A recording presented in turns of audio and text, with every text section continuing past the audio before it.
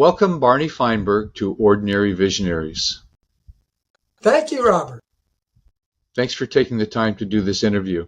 Now, you have been a client of mine. You've worked on some really interesting things. You are an executive recruiter and inventor of this concept called the chemistry factor. And you actually developed that while you were working with me a few years ago and wrote a book about it. Yes, I did. So we're going to talk about the chemistry factor. So first of all, tell me, how are you an ordinary visionary? Well, I'll be modest. It's simply that for 24 years, I've been merging executive coaching with executive recruiting, and came up with the chemistry factor, which is really based around relationships. Everything is based around relationships. The better the relationships, the more inspired you're going to be to work with people. So how do you integrate Yeah. executive recruiting, which is finding the right person, and the chemistry factor, which is empowering values, which we'll get into in great detail? Well, the right person comes up with a lot of different, areas to consider. The most important area, what most people would say to me would be, gee, do they have the skills? Okay. And that's really important. Yeah. But it's so much more than the skills. I can find somebody with all the skills plus under budget. Okay. And they get hired and it's a bad fit. Okay. Relationship chemistry is not good, which is the other side of the coin. So how do you know if the relationship chemistry is right or not? Well, it's not for me to know as much as it is for the people that are doing the hiring and the person that's being interviewed.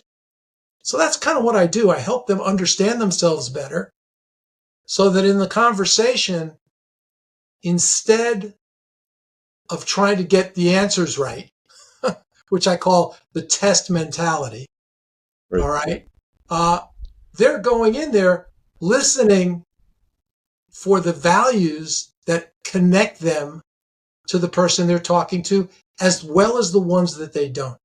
So everyone that I work with, the first thing we do is we spend an hour on the phone understanding at least 20 values that they have that they realize are important to them. And what's really interesting is once they start realizing it, oh, that value is one of the reasons I'm looking to make a move. It's not being honored. So to what degree do other executive recruiters use anything like this? That's what makes me ordinary visionary. Yeah. I don't know anybody that's done this. I mean, I know they use, Myers-Briggs and things like that. I spoke to a friend of mine. He's a CFO in one of the agencies. Yeah. He took Myers-Briggs 5 times. 3 times he was an introvert. 2 times he was an extrovert. I'm like, okay. Yeah, life changes. You got to know what's going on. As opposed to zeroing in on your real values, which is, it just made me think. Just yesterday, the new vice presidential candidate was selected and they presented him. Yeah. And they went through that whole process, and you get a sense that they probably did it pretty well in terms of looking for values and a fit and a chemistry fit between Kamala Harris and Tim Walz. You could see how happy Harris was with the way he was speaking. Because, what they're basically saying, and I think it's an important value, is service. Yeah. And they both are lit up by it. Yeah. You can tell. They want to make a difference in people's lives. So, look, I'm a Democrat. I'll admit it. Maybe you'll lose viewers for this, but look, I'm also the type of guy who wants to talk to people that are not, so that we can understand where we connect. Right. Because when you work from connection, which means a value you honor and a value they honor are one and the same, a lot of things that you used to think disconnected you suddenly kind of disappear. Yeah, because there's other things that are much more essential. The ones that connect you. Yeah. Essential to you and that person. Yeah. okay? Or you and some other people that have values in common, because I can promise you, we also have values that disconnect us. Yeah. You Yeah. know, Yeah. you're married. I know. I'll give you one example I use when I talk to people. Look, one of the values I find really important: sense of humor. My wife and I both have a good sense of humor. We laugh at a lot of the same things. But there's one thing that if I'm watching them, the Three Stooges doing slapstick, she'll like, what's so funny about this guy getting hit in the head with a hammer? So I'm like, okay, you're not going to watch that with me. No. I'm Yeah. going to make sure slapstick is not something I'm going to be using with you. So it's about being more conscious. It's interesting, isn't it? I just watched a movie the other day that had me just in peals of laughter. Just, it's called Wicked Little Letters. Oh, I I won't get, saw that. yeah, it's Great movie. very funny. And I Very was looking at great some movie. reviews, and most of them were good. But one guy get a one-star review saying, "Well, it was so mean and cruel and blah blah." It's like Oh it's no. funny how people don't get But get that's, the you know what? joke. Exactly. Yeah, So if that was a guy that was a reviewer, maybe he's not a reviewer I'd want to hear. yeah, yeah. Or maybe he'd be very good with serious movies that I might find of interest as well. Sure, sure. Yeah. Yeah. So let's get into the essence of what the chemistry factor is. What are the principles behind it? How do you bring it into your life? What's it all about? I'll give you a story. Okay. When I was in college, I grew up playing tennis. I was like every day, 6 or 7 days a week, hours after hours. I was a good tennis player. And I went to college and I wanted to make the tennis team in my freshman year. And I thought, I'm really good. I'm going to make it. And somewhere along the line, I started thinking about playing not to lose. And that was the death knell. Okay. I was Really? the last man cut, apologized, all this stuff, but it opened my life a little more because all I was about sports. And suddenly I got into the Grateful Dead and other stuff that you would imagine around it. And I had a beard and the whole 9 yards. And so in sophomore year, when I tried out, the coach looked at me, and he was a ex-military guy. So you're a day late, you can't try out. I was like, really? Well, I was still having fun. Junior year, last chance to make the team. And I go out there and I'm playing to win. And I'm doing really well. And I'm beating most of the players I'm against, and everything's great. Coach calls me over with another player and he says, one of you is going to make the team and one of you's off. I'm like, I just beat this guy. But he'd been on the team for 2 years. And he says, one of you's on, one of you's off. And as we're walking to the courts, he tells the guy who's been on the team for 2 years, go out and beat him. I'm like, oh man. Suddenly I realized he didn't want me on the team. He couldn't say it, but it was pretty obvious. Yeah. So I started playing not to lose again. Yeah. I started playing not to lose again. And I would have forgotten this story had it not been for the chemistry fact. And I'm down 5-3. He's serving. He's got a giant serve. He's a big guy. And it was over. 40 love, triple match point. And out of the blue, my favorite Grateful Dead song came up. China Here. Cat Sunflower, playing in the quad. Playing in the quad, just Just like that. All of a sudden, my whole attitude shifted from playing not to lose, like, oh man, this is my favorite song. And I started to play for fun. I hit a winner off his first serve. I hit another winner off his first serve. He double faulted. That was it. He lost. I made the team. And here's the good news. wow. So did he. It Oh, wasn't like one or the other. He still stayed on the team. The coach is just trying to knock me out. But if you had lost, you would have been out. I'd have been out. Oh, no, Yeah. that was the plan. But Yeah. I made the team, and what occurred to me was my attitude shifted. My perspective shifted from that song. And Yeah. if a song can make me shift, my own personal stories can make me shift too. When I think of that story, it inspires me because I was having fun. Suddenly, from nothing to, I called it my guardian angel, to be honest with you. Right. So, You yeah, probably still listen to the Grateful Dead, right? oh yeah, Oh yeah. I listen to a lot of music. Music's a great trigger to shift us to a value that might inspire us. I've Yeah. got driving music, I've got all kinds of stuff. Music's a good thing. Story is really powerful Yeah. because once you can embrace that story, it shifts your perspective. Yeah.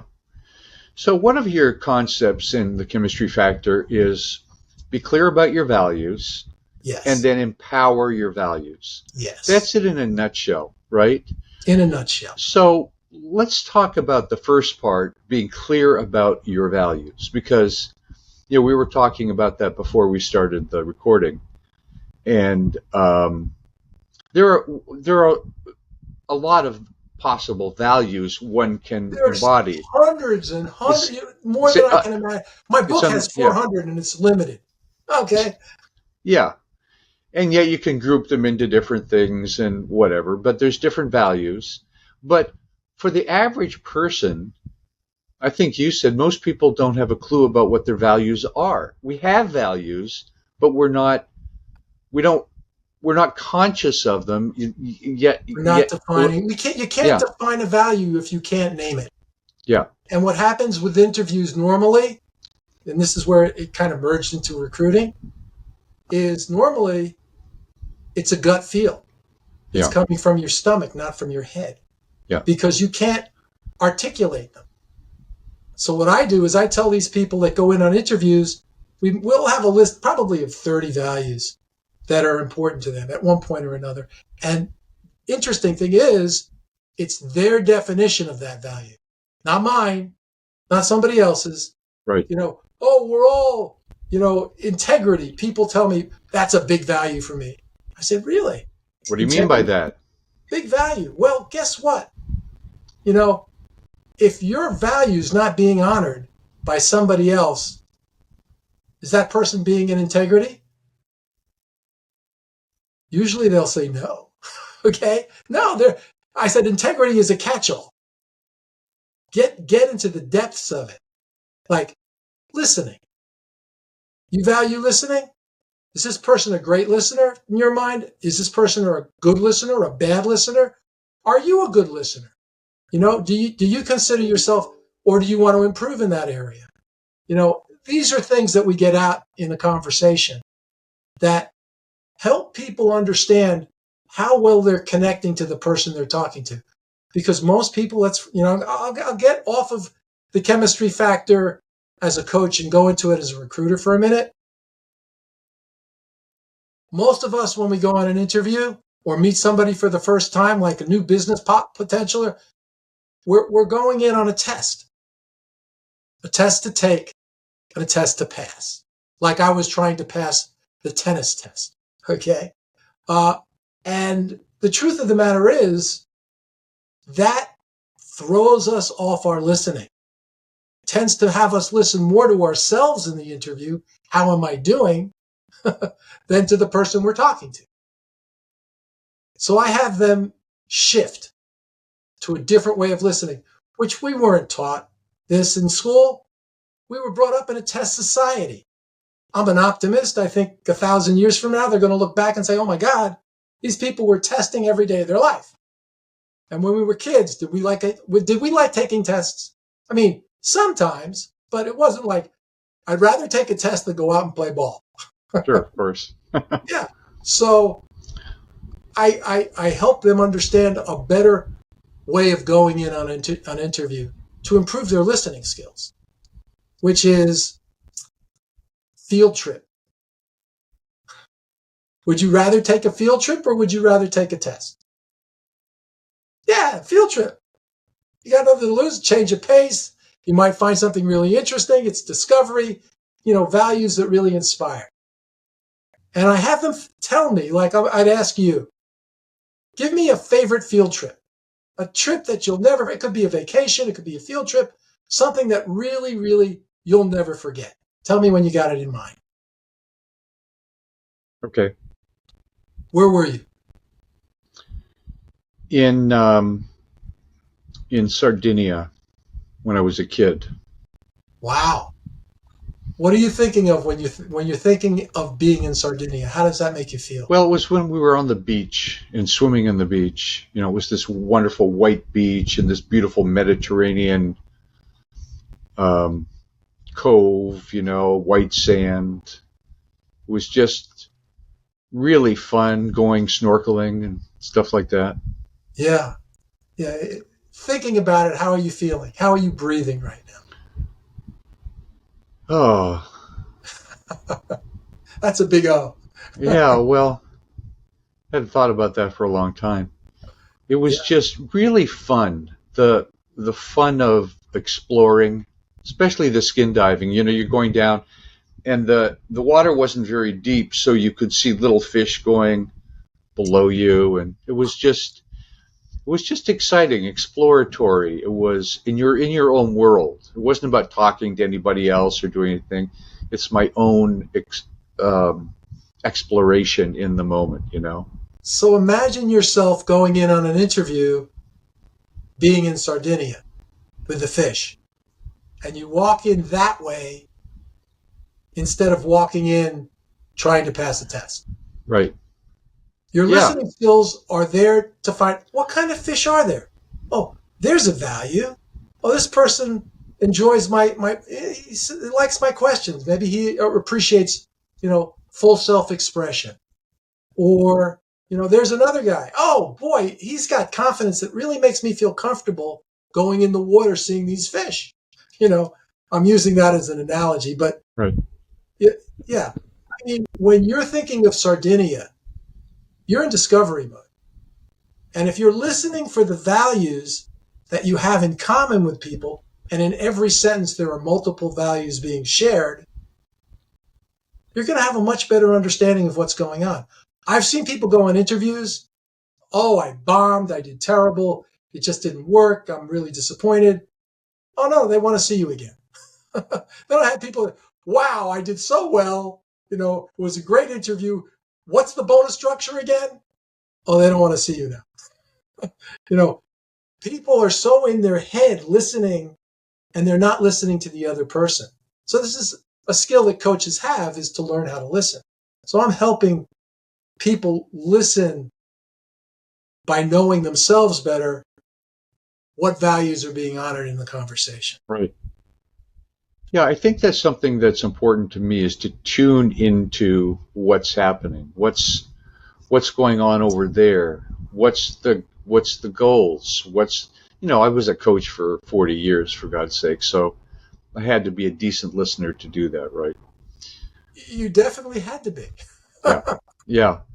But yeah, it's interesting. I mean, it's a funny thing that you mentioned something and that just popped up, It wasn't something I tried to find. It was just there. Yeah. And that was 2 years of my life in that. Yeah. Curiosity is a big Yeah. value for you. Yeah. Huge. Curiosity, exploration, finding out what's happening. Yeah. Yeah. Those are big, but you've got so many more. Yeah. Oh, I'm sure. I know. Yeah. Yeah. And that's what, I do with people. And then I get into the depths of that too. Yeah. Once they know whether the chemistry is good or bad, and there are two parts to chemistry. The way I put it, one part are values, how we feel being with the people we're talking to. Yeah. And then I ask them then I ask them a question. I say, think of some of your best friends, the ones you're really tight with. Tell me when you have them in mind. You're asking me now? Yeah. Yeah. Okay. You I have got them? one best friend I'm thinking of. You're thinking of one. No, think of a group. Think I of don't have a someone. group of best friends. Okay. I wish I did. I I'm don't. sorry to hear that, but most people will say, after they have a couple people in their mind, Yeah. I'll say to them, I'll bet you there's at least one who, if you had to share an apartment with them for 6 months, you'd be screaming to get home. And Well, they all smile. my Yeah. best friend was an ex-roommate, apartment mate. Okay. Well, maybe he's So, changed. Maybe you don't want him to be as much of a roommate now. But my point being, yeah, that's the other part of relationship chemistry. yeah, The first part are the values. The second part is the thought process it takes to accomplish the job. And I have them ask a question. What's my responsibilities in this position? And they're told to give them an answer, a story on how they accomplished it or something similar to it. And then three things are going to happen. One, they're going to say, wow, we think the same way and we like each other. We got a lot of values in common and we would do that responsibility pretty much the same way. We can live with each other. The other possibility is we do it differently, and two things can happen. One, they tell them how they do it and they're like, are you kidding? That ain't for me. That's all manual. I'm not doing that. Okay, great. That's a good reason not to take the job or a good reason not to hire. The no, third possibility, yeah, go go ahead. ahead. It's slightly hard for me to relate to this because I haven't been in a job interview for Fair, 50 years. fair. But But you've been in relationships. And but there are some people that you can't live with. yeah, well, that's true. I got a But smile on your face because you thought of somebody. yeah, but on the other hand, I interviewed hundreds of people where we've had what I call a selling conversation, and that's a similar kind of thing. They're looking at working with me, I'm looking at working with them. We have a conversation, and I'm always asking myself, can I really help this person or not? I'm not trying to persuade them to work with me so much as being interested are I you get it. someone I can help? Do you have something? What are your goals? Where are you going? What, etc. We And were so talking about in service. I yeah, guess that's why I like, the Democratic ticket right now, because these are people who are there to be in service. And I talk to people who I'll say, this doesn't sound like the right opportunity for you. yeah, Okay. Or, have you considered something else? I'll talk to a lot of people that are out of work and I'll spend my time trying to help them find their next opportunity without worry. you know, without what? worry, Worry. Oh yeah, worry, or without worrying. They're out of work. I mean, they're immediately worried. I'm like, whoa, slow down, slow down. yeah. That's not going to help you. So this is all in the context with recruiting. It's looking for a job, it's finding the right fit, et cetera, et cetera. Let's look at just the everyday, ordinary person who wants to live a more fulfilling life. Yeah, This whole thing of knowing your values is obviously, it's almost like it's a skill set that most people aren't aware of that they can tap into, right? yeah, yeah. And empowering your values is the key. Yeah, Knowing them is one thing. If you're upset, angry, frustrated, confused, stressed, there's a value that's being disconnected. yeah, Maybe for him, the value of security. He's disconnecting from security and he's feeling stressed. When you learn to empower, if he goes to Sardinia, if he is you, and goes to Sardinia, his perspective's going to shift. yeah, And for me, it's not about me telling them, it's me trusting them to understand by knowing and empowering who they are, they'll make the right decision. I get into more depth with decision when it comes to recruiting, but I do this with people that, that are struggling. I had one client that, was a manager, senior manager, and nobody really ever taught them how to manage a staff of 10. And they were wondering, there's a lot of tension and this and that. And we went through it and they suddenly discovered things about themselves like, I got to be more hands off. I'm being too much hands on. People aren't appreciating it. They're afraid to take action until I check with them. Crazy. But, there's a lot of people, that's how they started in their career. They moved up in their career quickly because they were, hands-on. So that was a value, being hands-on, but it was Yeah. inappropriate in a certain other context of As you move managing up the people. ladder, Yeah. hands-on becomes less appropriate. Yeah. Because you want to encourage people to learn. The hunger to learn is a value. You want to mentor, that's a value. You can't do that by hovering, and there are some that do, or just not knowing what to do next. Oh, this person's not getting it right. I don't know what to do. And here's the disease I tell people to avoid in work and in life. The disease of wrong. Wrong? Yeah, it's a disease. Making somebody or yourself wrong does you nothing. Right. It only makes things worse. No kidding. Yeah, but I call that the ABCs: accusation, blame, and criticism. there you go. Okay, Yeah. we're on the same wavelength. Yeah. Yeah, and it's so easy. I can make myself wrong. The only difference between me making myself wrong now and my making myself wrong 30 years ago was that it could last a long time 30 years ago. Now I notice it and I'm like, oh, empower fun. Empower love. The Beatles said all we need is love.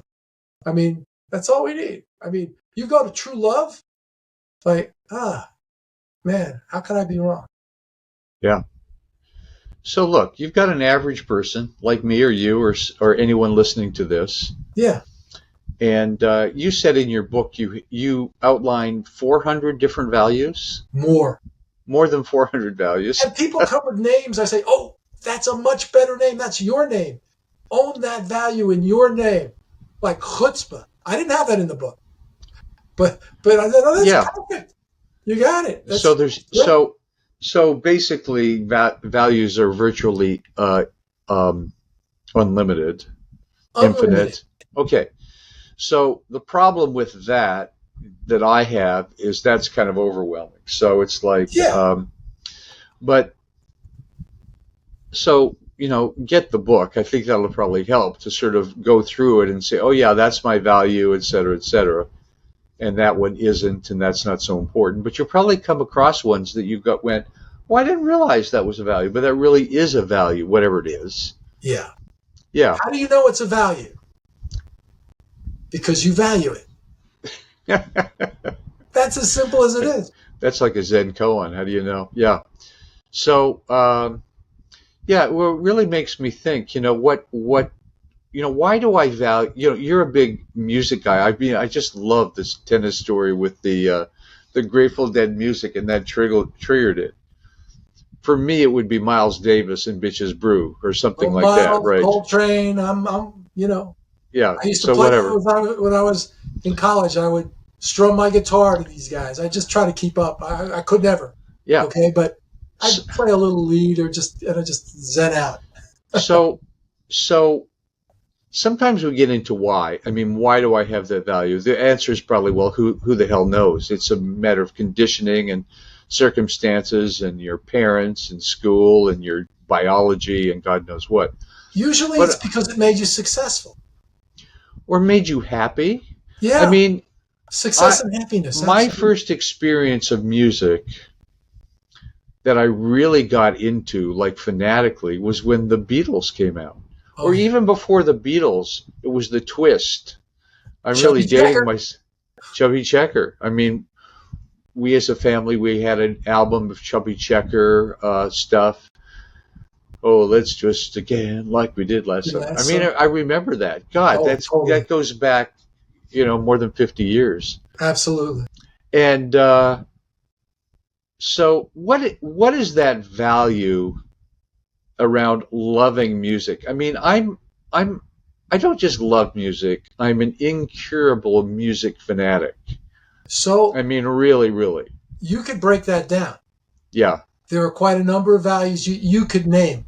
Not for me to tell you, for you to discover, which would be, after we do this, you sit back and you think, you spend a little time. I tell you, 5 minutes, 3 days, 5 minutes over the course of a few days. You'll come up with some more insights that make you even more curious. Yeah. Well, one is I like music that has a groove that you can move to. I was going to say that to you. Yeah, I could see when you said chubby checker, I'm like, I remember standing in front of the mirror twisting, wanting to get yeah, it right. yeah. So some of these things are imprinted earlier in our life, and we like that, and then we go more towards other stuff we like, We learn new things. Then it expands out whatever ever. And I love a memorable melody. There's so many melodies that are blah, but I have a collection of rock music from when I was a teenager. That's when music really gets imprinted when you're a teenager for some reason. We were imprinted in the peak moment of the music revolution. I mean, there were so many great, and they could. My father could have said the same thing before Sure. me, and my mother before Yeah. me. Because music is a uniter for many people. Yeah. It's just a matter of finding the music that unites you with the other individual. Because they might not like rock and roll, but they may love classical music, which I also like. Right. My mom was a classical pianist. So, music is in the eye of the beholder. Yeah. But it's interesting that you could look and see, well, what are the values there? So when a value is I really like good melodies, that sort of tells me that I like things that are harmonious and not which is a good reason that you're there to serve. Yeah. Harmony. Yeah. It's a great value. Yeah. Like some people like free jazz, not a lot of people, but it's very jarring and emotionally conflicted in many ways. It can be incredible, but it just makes me feel I can't get into it for the most part, Okay, that's all right. So whatever, it's not like one is right, one is wrong, but it can kind of tell you something about yourself. That's what I'm saying, right? In this situation, I would say find the music that you relate to, that someone else relates to as well. Yeah. Because when you both relating to the same music together, it kind of like explodes, empowers the listener even more.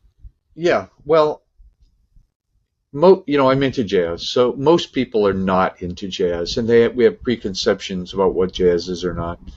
And my wife doesn't like most of my music, but some she does. Yeah. Because it's easier to listen to or more melodic, and it's more accessible, that kind of thing. I like blues. Yeah, I do too. Because there's a lot of riffing going on in blues too. Yeah. But anyway, yeah, music, I don't know. I can see where music is a part of your heart, and it's part of mine too. Yeah. So, what is sort of an exercise or pursuit in order to clarify one's values? And is this you've been researching this for a long time. And you think about this a lot, and you sort through that. You see that you meet someone, you probably think, oh, he probably has this, and this value. Most people don't do that. But it's a. When you listen to the tape of this, you will hear a lot of values that we have in common. Sure. Yeah. Well, I found that the people that I work with as clients, usually we have overlapping values, otherwise I'm not going to be able to work with them, right? Exactly. Yeah. Yeah. That's why the first visit I have with anybody, first hour, is no charge. I want to make sure we're a good fit. Yeah. That's it. Simple as it is. Yeah. But you don't necessarily put all your cards on the table saying I have these 10 values. Well, I don't tell them what I have. Yeah. I have conversations like we're having now. Yeah. And as I said, in every sentence, there are values that are being shared. In every story, there are values that are being shared. Yeah. So don't we assume, human beings are very self-centered. We talk more than we listen. And we assume that my values are probably other people's values. It's like, Well, of course. We have two very diverse political parties. We have the Democrats and the Republicans.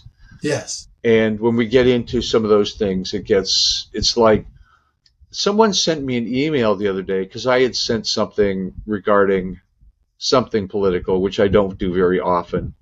But they sent back an angry thing. I can't believe that you are for that. Oh my God. It's like, wow. And I could not believe that he would be for that. So, What did we talk about before? You had a name for it. I called it the disease of wrong.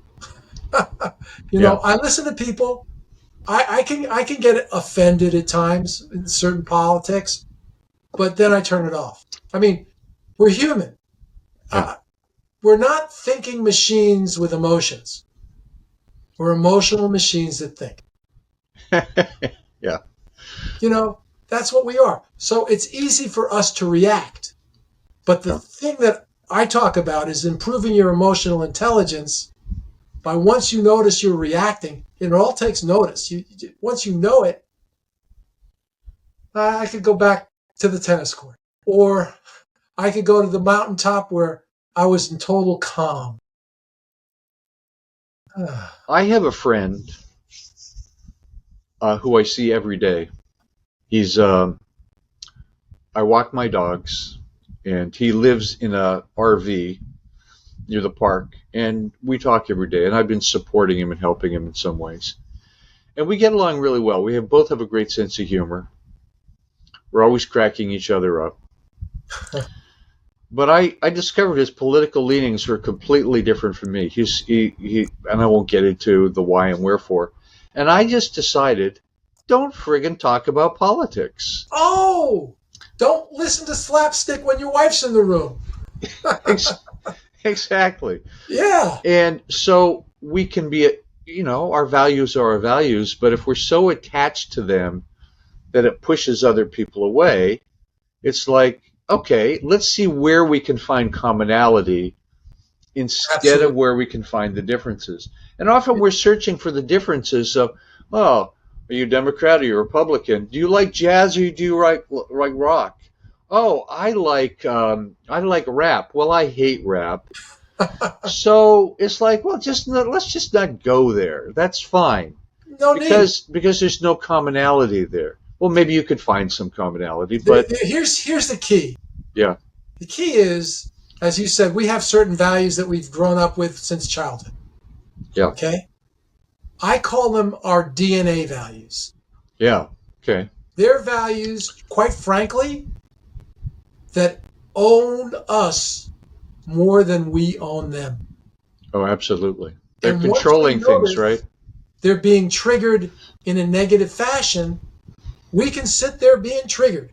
Yeah, We can sit there being triggered all day and into the night and into the next day or the next time we see that person, yeah, which happens all the time in business. There are certain people, oh, you see this person walking down the highway, you go in a different direction. It's that bad. But the truth of the matter is, it's just one value. It's one value that if you're going to allow that value to own you, well, then you're reacting. You're not yeah, choosing to act. yeah, And that's the difference. That's, again, the last of human freedoms. Our ability to choose who we want to be, our perspectives, no matter what the circumstances. yeah. Yeah. Tell me about values and fear. Okay. And let me give a little Fear. context. Let me give a bit of context to that. Sure. I think of empowering what I call expansive values. Love is an expansive value. Inclusion Yes. is an expansive value. Cooperation is an expansive value. Helping, service, all of these are expansive values. And then there's other values that are somewhat neutral, like the music you like. I value that music. It's like You value music. it's expansive for me, but not for someone else necessarily, right? Yeah. Yeah.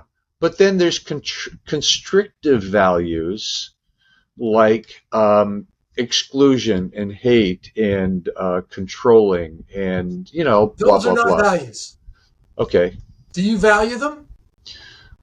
seems some people do. I don't. Well, that's them. You can't Well, control others. well, how You can about that? only control yourself. Well, that's And true. when you can control yourself, authentically, and I call it authentic connection when you're honoring that value in Sardinia, Yeah, okay? When you yeah, go to that story and being authentic with that person where it connects, that's where the shift happens. yeah. It's knowing where the shift can be found, and it takes time. Sometimes you get lucky, you find one. Oh man, that value of confidence we both have in spades, and we love working with each other when we're both working in confidence. Yeah. Great, you got one. But But here's maybe this is not a value, but we talked about this before. Is people like to be right. I yeah, mean, it's a primary human thing. I want to be right. I don't want to be wrong, obviously. And so, sometimes, you know what? There are a lot of times I want to be wrong. A lot of times where my real. mind takes me to that insane place, the gremlins we call it. Oh, sure, You sure, know? sure. I don't want to be right about those babies. And truthfully, 99% of the time I'm not. Yeah. So you have two people. Yeah. One person wants to do it this way, and one person wants to do it that way. Um, and they're both right about their particular position. So I value this approach. You value this approach. So, given your system, your template of values and empowering your values, Yeah. how does one deal with that? Is it finding a higher value beyond being right, perhaps? To let it go. Yeah, Go to the value that connects you with that person. yeah, Talk from connection rather than disconnection. Does that mean things are going to change? Maybe not. yeah, Okay, let's just say maybe they won't change, but you will. yeah, And the key is being empowered by yourself, even in the face of not agreeing. Maybe that person's going to do it his way, but empowering yourself not to allow it to make him wrong or her wrong. It's about empowering yourself no matter what the circumstances. yeah. Sometimes you get your way, sometimes you don't. That's life. But if you don't make it right or wrong and you make it where you're connecting with that person in a way that inspires the two of you, that person may look at you, all right, let's try your way. You're making me laugh. You're reminding me of the time we went camping or whatever. You're reminding me of Sardinia. Whatever it may be, it's about not allowing yourself to get stuck in the DNA value that disconnects you. Right and wrong, no. Challenges, yeah. Problems, I don't believe in problems. I believe in challenges. The difference between need, which is gotta get it, or want, which is wow, I'd love to get it. There's a difference. I remember Tony Robbins once said regarding anger. He says, "I don't get angry. I just get slightly peeved." And it's sort of like I'm reframing it. It's like, oh, that's mildly annoying, We're as human. opposed to that makes me furious. I want to kill that person. I mean, you're empowering a value, a different value. It's We are just, not yeah, thinking machines with emotions. yeah, We're emotional machines that think. yeah, The better we can inspire ourselves to empower our values, the less emotional we're going to be. And the more we're going to enjoy life. That's really what it boils down to. I mean, we're so stuck. I mean, I think they should be doing this for kids when they get out of kindergarten or when they're in kindergarten, to really understand themselves better, to make their life so much. It's like, AI is scaring a lot of people. A lot of people are worried about their job. And I'm like, what are you going to do by worrying? Doesn't solve anything. Right. What you want to do is find out, how can I interact with AI that will inspire me? And when you're afraid of something, it's harder to move forward in that direction. And that's kind of what I'm, dealing with. And what is that value? What value? Well, that sounds like a value of openness, a Okay. value of non being non-judgmental, a value of exploration. Absolutely. Empower exploration with AI Yeah. and be inspired by it because you went to Sardinia and you were inspired there. Okay. And you will make friends with AI. Yeah. Well, I'm often surprised. I talk to people, are you using ChatGTP yet? No, I've sort of heard about it. I heard about it and I've been using it every day since for a year. I mean, every day I use it. Yeah. I ask questions, I explore ideas, I create outlines. I just do a ton of stuff with it, and I call it the ultimate thinking tool. But so that's a value I have to explore and to understand and to find the truth about something, right? Yeah. So that's a great tool. It is a great tool. Yeah, It's a great tool that people are afraid of. yeah, And that rightfully so, some of them are not being treated the way, the way I would want them to be treated when they're being told that they got to be, they're being let go. And it's not being done like this with unity. It's being done with this, get out of here. And yeah. that's a problem because Well, I don't have any company solutions. cultures and everything else. Yeah. The whole AI thing is not a small thing. It's a very, very big thing. It's a, By the way, but I got to correct myself because I'm yeah, human. It's not a problem. It's a challenge. it is a challenge. That's what it is. And it's complex. It's big. You know, uh, but we've seen big changes before. I mean, when the internet came, that was I something I remember. jumped onto immediately as well. Just totally, I learned how to design websites like I'm impressed. really quickly. I said, well, I need to do it. I got a book and I learned how to do it. And It's even so, more fun when you want to do it. yeah, so the thing that I'm all often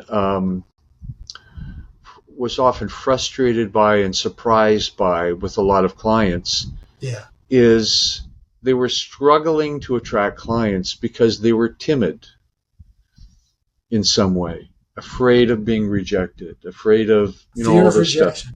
I understand. Yeah, or doing it wrong. And so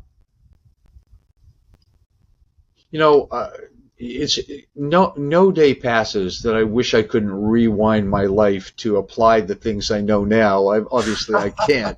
If only I knew that to help people with that. But I think this whole thing of finding your values, tapping into your values, so you can use those as tools to be a more effective marketer. Because not everybody markets the same. Every everybody can find their own way with their own values. Every day, I practice at least 15 to 20 values, remembering the story, knowing how I feel when I think about it. Mm, And so when I get disconnected, it's much easier and quicker for me to connect to something that inspires me again. yeah, It takes practice. I mean, some people do it instantaneously. The one value that's used so many times that's on automatic pilot for some, sense of humor. When shit hits the fan, everybody laughs. Okay, takes, but not everybody uses that because they haven't empowered it within themselves. yeah, yeah, Or maybe that's not one of their values. Maybe sense of humor is not their value. The question would be, what value would inspire them and the people they work with to make, dedication to excellence. Oh, we can get this. Let's go. Yeah. Great value. Okay. Yeah. Some people are not. We were talking about this. 33% of the people in the United States, according to that UN study and Gallup poll, are not are engaged in their work. The balance, 51% disengaged, and 16% actively disengaged. Wow. Oh my goodness.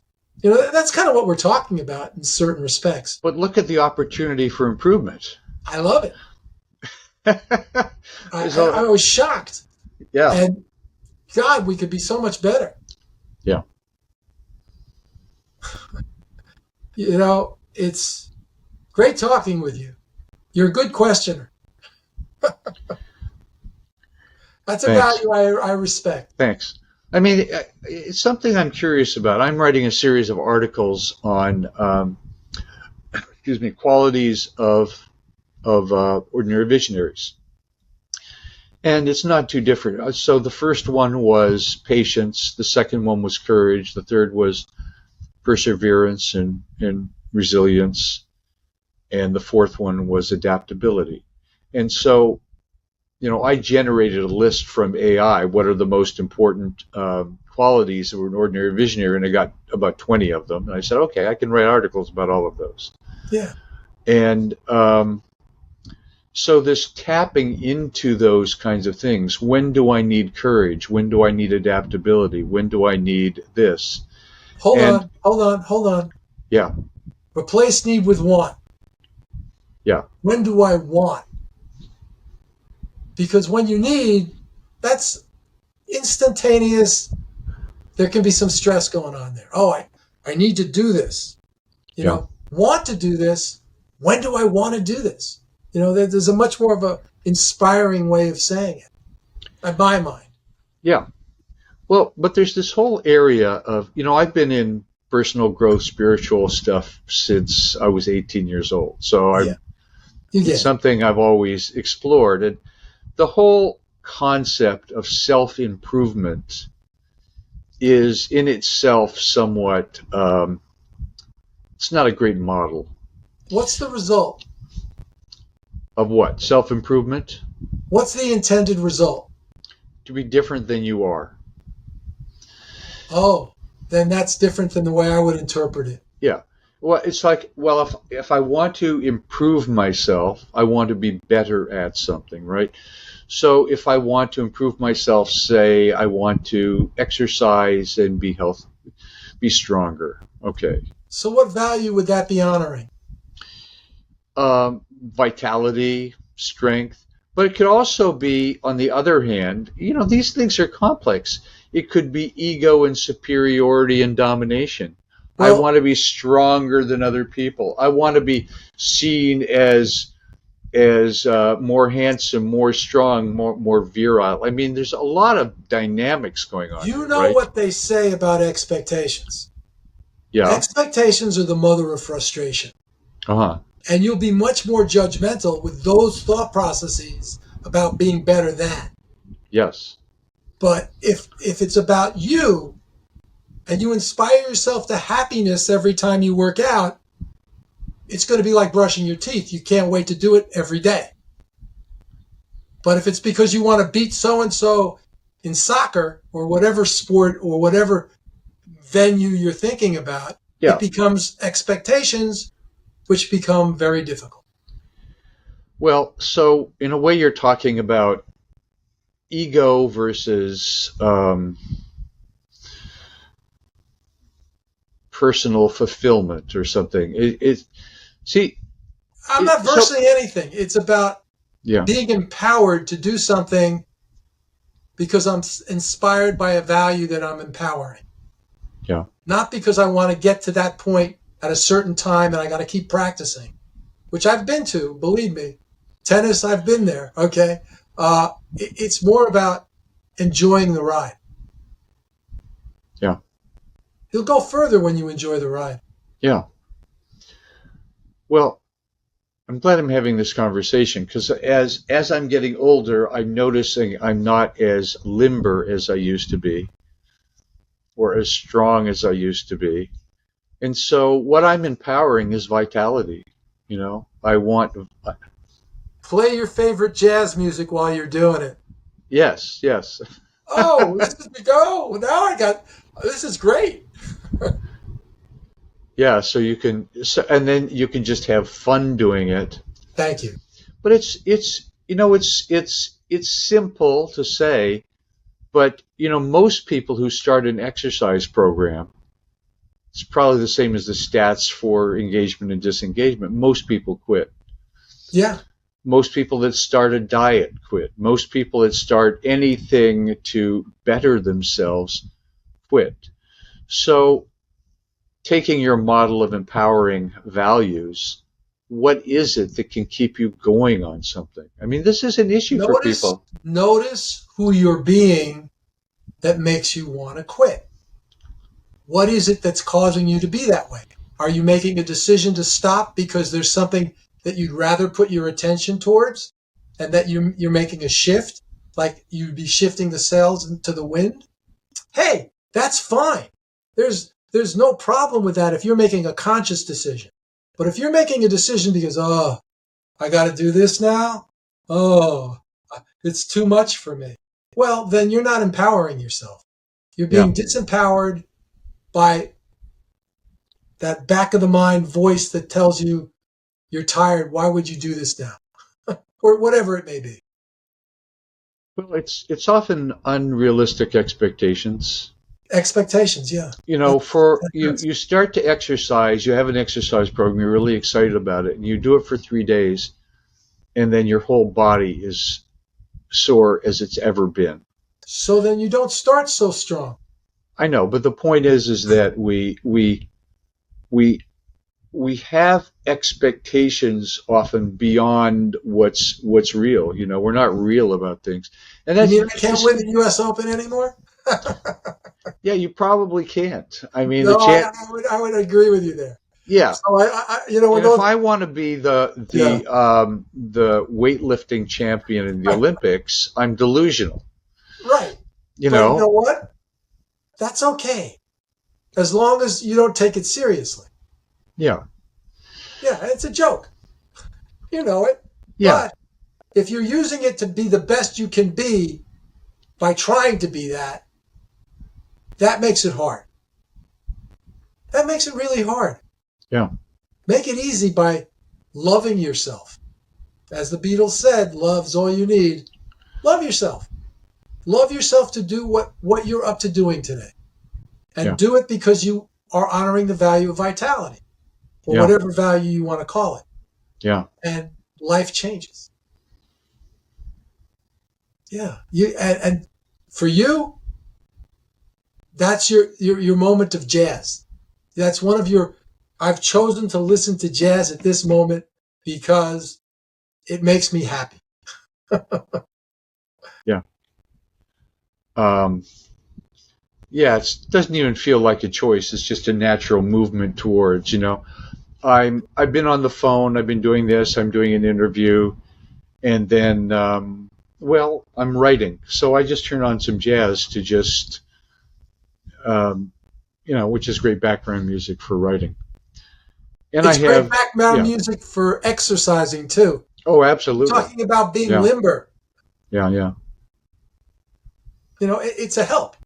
Is it a guarantee? No. But we're human, we're emotional, things can get in our mind to get us to stop something. Once we know that it's there, we can value shift to a value that re-inspires us to move forward. It could be, oh, how funny am I? I'm really trying to stop after 3 days. Are you kidding? yeah, Get back in there.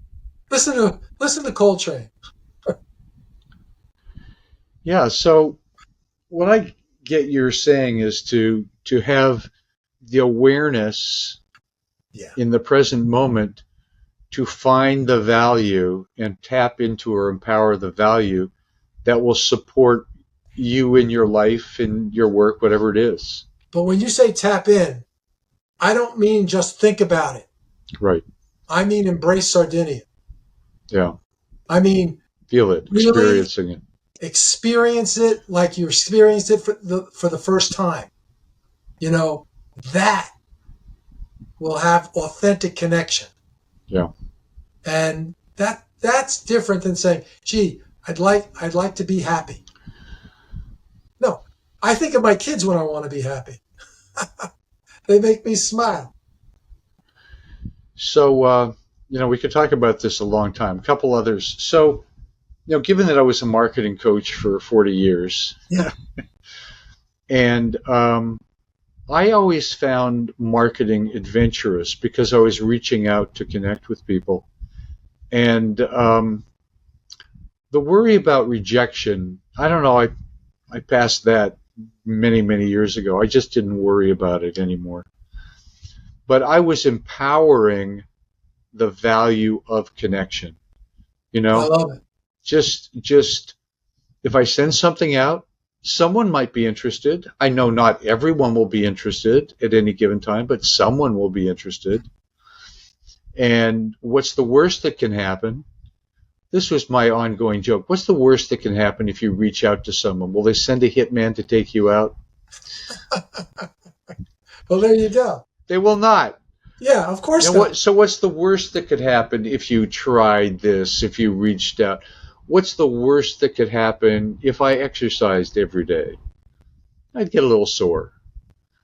As opposed to people would hate me if I didn't look perfect, which is just crazy. Whatever. Yes. Look, we all have our picadillos. Do you ever see Good Will Hunting? And there Yeah, was a scene where Robin Williams was saying, we all have our picadillos. My wife woke herself up farting, and she said, "Who did that?" I didn't have the heart to tell her. It's like we all have them. Was that in the script? Yes, Boy, it was in the script. that's And funny.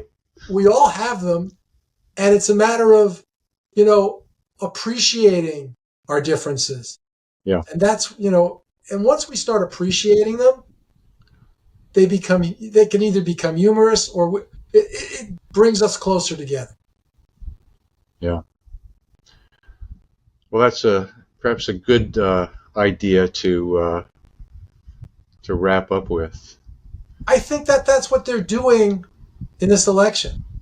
I mean, one thing I heard the VP say, the potential VP say, was, all my friends go to Trump rallies.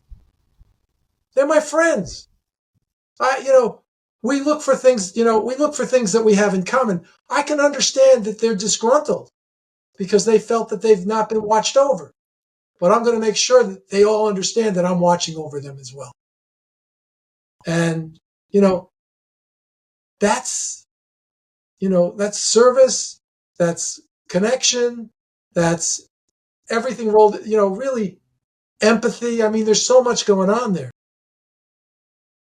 And so you get to choose which value you want to empower every day when you're disconnected. I haven't felt disconnected at all in this conversation. You've inspired me. So I'm going to have a good day. Good. Me too. Oh, good. So, want to recommend the Chemistry Factor. You wouldn't have a handy copy to lift up around, would you? I can lift it. I don't know if you can read it. Oh, it's right there. Oh, there it is. The Chemistry Factor. Yeah. Very powerful business relationships for greater success. That's very good. That's my name. Yeah, thank you. I've been using my book as a tool for people that I coach. Yeah. I have assignments and exercises. I mean, it's a little outdated. I wrote it over 5 years ago, and I did not have the Book of Barney thing going on, but I think your stories are the most powerful things that can inspire you. And when you embrace them, you're in a totally different perspective that makes whatever's happening much easier to deal with. That's it. Thank you so much, Barney. Hey, thank you. It's been a pleasure seeing you. It's been a while. You look great.